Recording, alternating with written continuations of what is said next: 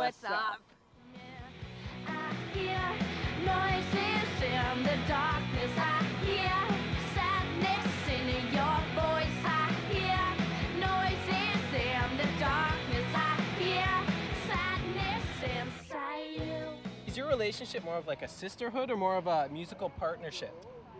Well, Sarah moved to Montreal in January, so ever since that we've gotten along a lot better, but I think we're sisters first and then bandmates, and we've had a few occasions in our career where it's been like, hey, we need to go to therapy or something. Our analogy is like we're like a married couple, and then when we started playing music we got divorced, and that music is like our child, so we have to be with each other. I think we're just a straight up, you know, pop rock act with folk elements because we play acoustic, but we also play electric. We have a full band. I mean, I grew up on the 80s, like, you know, Supertramp and early Bruce Springsteen and Led Zeppelin and The Police and Dire Straits and, like, you know, Phil Collins. I wanted to be Phil Collins. I am disappointed every morning that I wake up.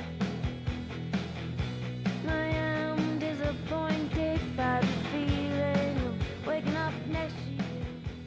My parents were just really into music. Like, they loved like Led Zeppelin and David Bowie and Bruce Springsteen, and we went to concerts like really, really young, so there was always music playing. And the bells say, will not, will not, will not, will not let me go.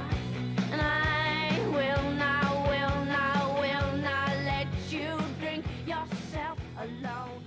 Is it true that you were discovered by Neil Young?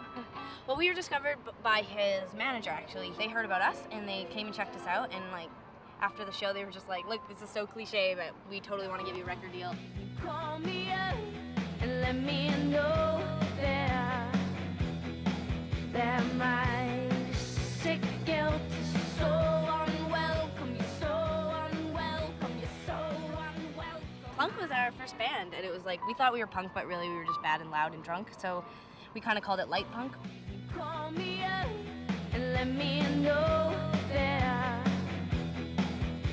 my sick guilt is so unwelcome. You're so unwelcome. You're so unwelcome. What's the crappiest job you've ever had before you were famous? I worked at a coffee shop, and that was horrible. I worked in a place in Calgary called the Scotia Centre, and it was like where the stock exchange was, and so like it was all business people coming in and being, can I get a decaf soy latte with low-fat milk, and can I get it in 4 cups, and it needs to be 103 degrees, and I was just like, get a life. I hear noises in the darkness. I hear sadness in your voice. I hear noises in the darkness. I hear sadness inside you. I hear noises in the darkness. I hear sadness inside you. I hear sadness inside you. Sometimes it's uncomfortable to have to do interviews. Sometimes it's uncomfortable to have your fans talking about wanting to bed you.